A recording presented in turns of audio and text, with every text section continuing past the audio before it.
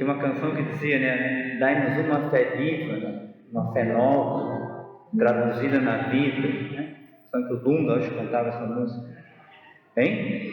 Eugênio Jorge. Nós queremos pedir ao Senhor esse dom.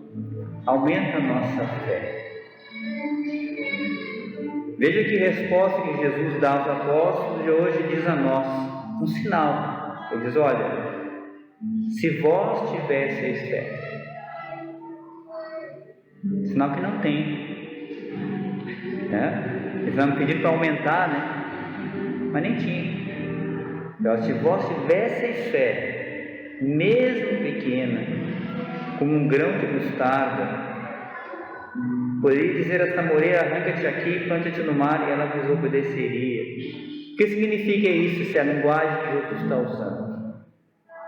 Se nós, de fato, a nossa fé é alicerçada no Deus vivo, é alicerçada em Jesus, Ele fará grandes coisas através de nós.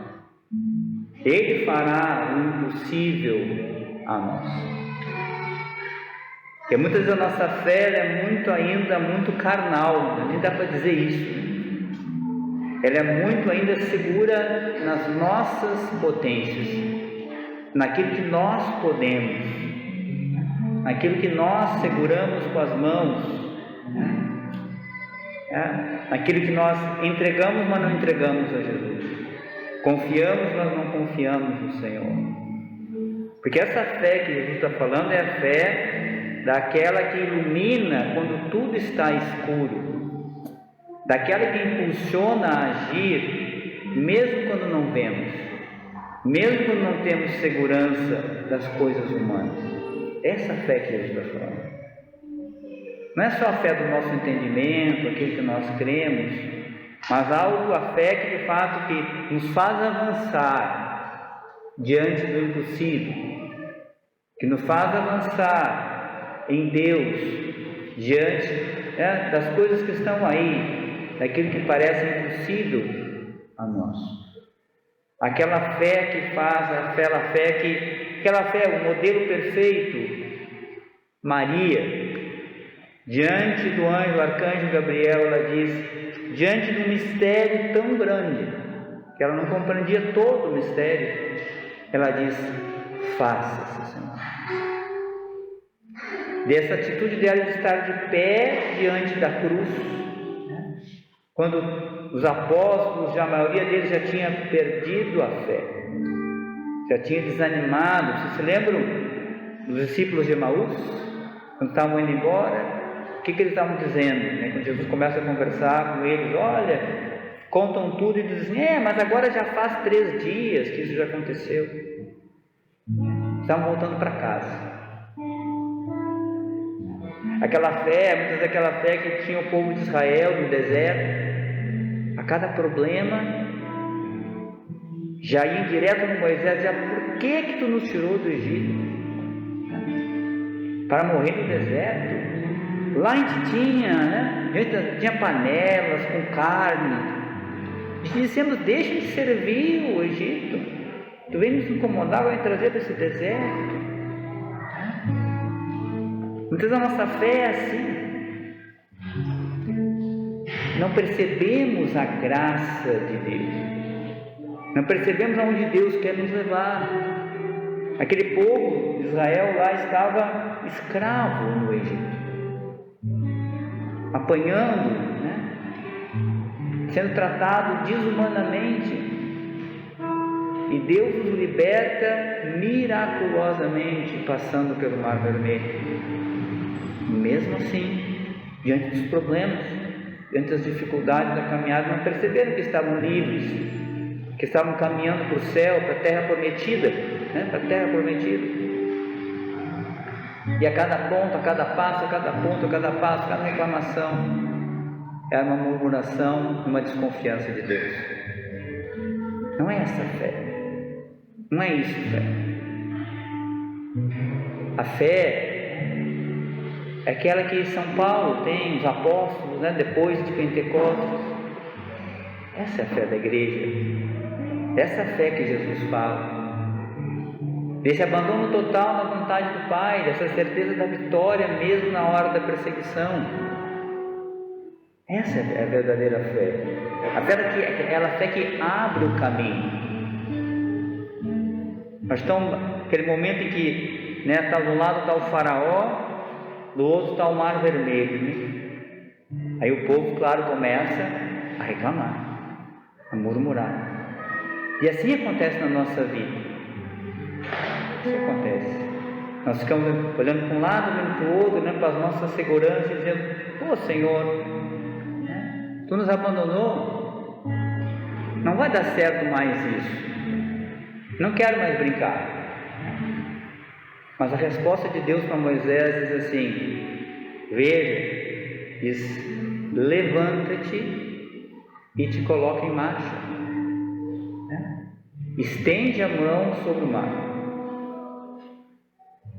Essa atitude de fé de Moisés, ele estende a mão sobre o mar, e o mar começa a se abrir, e o povo se coloca em marcha, e Deus diz: este faraó, vocês nunca mais vão ver de novo, e nunca mais viram.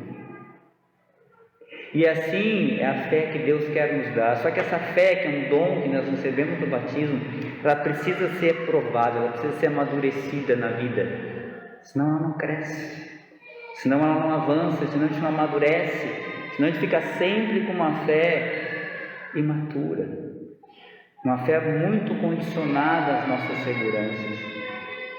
A gente precisa de fato dar o passo da fé, porque como diz a primeira leitura, você vê como é que termina a primeira leitura, diz, o que Deus diz para o profeta? O justo viverá pela fé, por sua fé. E essa frase é muito profunda, porque o justo é aquele que faz a vontade de Deus. Ou seja, ele viverá, ele terá vida pela fé. Ele viverá na vida de Deus, se ele tiver fé. E ele crescerá e caminhará pela fé. Então, se a nossa fé é uma fé apagada, nós não vivemos, nós morremos. Estamos mortos na fé, estamos mortos na vida espiritual, se não cremos no Senhor, se não cremos que Ele pode nos fazer santos, se não cremos que Ele pode vencer o mal, que Ele pode vencer o pecado na nossa vida, então a nossa fé está apagada. Não é essa fé viva, como diz a canção, traduzida na vida, porque essa é a fé verdadeira. Porque a gente tem essa fé entendida, né? A gente entende a fé, a gente professa, crê, mas isso precisa ser vida. E Jesus sempre impulsiona para a vida, né? Todas as vezes que, muitas vezes ele diz assim, faze isto e viverá. Eu lembro que ele, doutor da lei, me pergunta sobre o amor de Deus, a lei, qual é o maior mandamento da lei de Deus. E Jesus conta a parábola do samaritano, e Jesus diz assim: vai e faze tu o mesmo. Quando ele termina lá aquele discurso lá das bem-aventuranças, ele termina que todo mundo conhece a casa construída sobre a rocha. O que é a casa construída sobre a rocha? É aquele que escuta a palavra do Senhor e a coloca em essa é a vida da fé. É quando a gente olha toda a nossa realidade humana, toda ela, à luz da fé. E nós vamos avançando nessa vida pela fé, pela certeza dessa fé, que essa fé nos traz. Lá na carta aos Hebreus fala: a fé é o já possuir aquilo que ainda não se vê. Então você já vai trazendo o céu no seu coração, você vai já desejando o seu lugar no céu, você vai crendo que Jesus te prometeu a vida eterna, você vai trabalhando nessa direção, você vai educando seus filhos na fé, porque você crê naquilo que Jesus ensinou para a família. Você vai, por exemplo, vivendo a castidade porque você crê que é o caminho, que Jesus nos deu. Você vai, você ora, você dobra o teu joelho diante de Deus porque você crê naquilo que o Senhor te prometeu. Você se lembra aquilo que a Isabel disse para Nossa Senhora quando ela chega e saúda Isabel? No final ela diz assim: feliz és tu que acreditaste, porque será cumprido tudo aquilo que o Senhor lhe prometeu. E meu irmão, minha irmã, isso Deus quer proclamar na sua vida, na minha vida, na vida de todo aquele que quer seguir o Senhor. Felizes seremos, porque Deus quer cumprir na nossa vida tudo aquilo que Ele prometeu, tudo aquilo que Ele deseja, quando Ele nos criou, Ele deseja cumprir. Ele espera essa atitude de fé, diante daquilo que nós não vemos, onde nós repousamos apenas na certeza de Deus, na certeza daquilo que Ele nos promete. E se nós contemplarmos a cruz, vamos olhar para Jesus, diante do mistério da cruz, diante do Calvário, Ele lá no Horto das Oliveiras, onde Ele se abandona inteiramente na vontade do Pai. Parece que tudo está perdido. Parece que, entre aspas, os inimigos venceram. Parece que as promessas não vão acontecer. Parece que Deus perdeu. Parece que tudo aquilo não passava de mais uma pessoa boa que passou por aí, que agora vai terminar. Mas Deus estava naquele momento vencendo. E a maior vitória estava sendo acontecendo, a maior de todas, toda a face da terra. Toda a humanidade, de todos os tempos que virá e virão, estavam sendo salvos, redimidos. O céu estava se abrindo e o inimigo estava sendo derrotado definitivamente. Aquilo que ele fez lá no Gênesis, ele estava perdendo.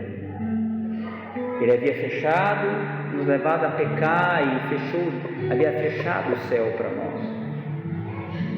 E Deus vem e faz o impossível, abre de novo o céu. Para mim, para você, para toda a humanidade, para todo aquele que crê no Senhor Jesus. E Jesus, Ele mesmo diz isso: todo aquele que crer em mim viverá, e mesmo que esteja morto, viverá.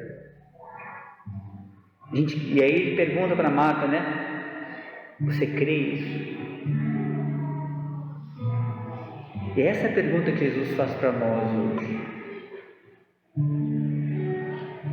Queremos pedir ao Senhor o reavivamento dessa fé, porque é um dom maravilhoso que nos faz, que é essencial no caminho da santidade, para a gente avançar, para a gente se lançar, para a gente de fato permitir que Deus faça a obra que Ele quer fazer na nossa vida, porque a santidade vem dEle, o milagre vem dEle. Mas agora eu preciso dar o passo da fé, eu preciso dar o passo da confiança, dessa certeza de que Deus irá cumprir, que Deus é fiel às suas promessas, que Ele não falhará comigo, nem com ninguém. E todo aquele que se lança nos seus braços, perseverantemente alcançará a vitória. Então queremos pedir ao Senhor, como diz aqui São Paulo a Timóteo, ele diz, veja o que Deus fala a nós hoje, ele diz: exorto-te, toma essa palavra para você, que eu vou tomar para mim também. Ele diz assim: exorto-te a reavivar a chama do dom de Deus que recebeste pela imposição das minhas mãos. E aqui vamos olhar o dom da fé, o dom da esperança, o dom da caridade. E diz: não te envergonhes do testemunho de nosso Senhor. Olha, gente, como a gente precisa viver isso, precisa realmente se dar conta disso. Quantas vezes nós desperdiçamos a graça de Deus porque temos vergonha? E nós sabemos, isso dói no nosso coração. A gente sabe que acontece isso. E acontece no nosso dia a dia. Muitas vezes nós damos um jeitinho de passar pelo melhor para o mundo, de não ser criticado. É mais fácil, eu não vou me incomodar. Mas desde que o Senhor diz: não te envergonhes do testemunho, de dar testemunho de nosso Senhor, mas sofre de São Paulo comigo pelo Evangelho, mas não sozinho, fortificado pelo poder de Deus. Estamos dispostos, irmãos, a isso, a saber entregar nossa vida, confiar também no momento da dificuldade, no momento que o mundo que nos critica e nos quer abalar a nossa vida, quer destruir a nossa família. Sofremos com o Senhor pelo Evangelho, ficamos com Ele, e a nossa família se salvará. Você crê isso? Então diz o Senhor, terminando aqui o Senhor na carta de São Paulo a Timóteo: guarda o precioso depósito, aqui é o depósito da fé, com a ajuda do Espírito Santo que habita em nós. Então é isso que a gente quer pedir agora, que o Senhor venha reavivar esse dom de fortaleza, realmente reavivar esse precioso depósito da fé, que o Espírito Santo habita em você, habita em mim, e Ele é a nossa força, e Ele vai nos fortalecer nessa batalha, e Ele vai nos dar a força para vencer diante das dificuldades. Mas sabe, é preciso confiar, é preciso confiar em Jesus, porque a sua vitória virá, mas virá da sua maneira. A vitória veio pela cruz, então a vitória virá, mas nós precisamos de fato confiar, ter essa certeza de que aconteça o que acontecer, o nosso barco está nas mãos do Senhor. Que aconteça o que acontecer, Jesus está no nosso barco, nós queremos estar com Ele, ser encontrado com Ele, estarmos abraçados nele, aconteça o que acontecer. Essa é a nossa fé, a nossa fé. Vamos pedir ao Senhor essa graça, essa fé viva, essa fé nova, restaurada, que faz a gente realmente ser sal da terra e luz do mundo. Fora disso, Jesus diz: se o sal perdeu o seu sabor, não serve mais para nada. Ele diz que ninguém acende uma lâmpada para colocar debaixo da cama. E você, meu irmão, minha irmã, você é uma lâmpada acesa pelo Senhor. Lá no seu batismo, Deus acendeu essa lâmpada. Então vamos pedir ao Senhor que venha reavivar essa chama em nosso coração.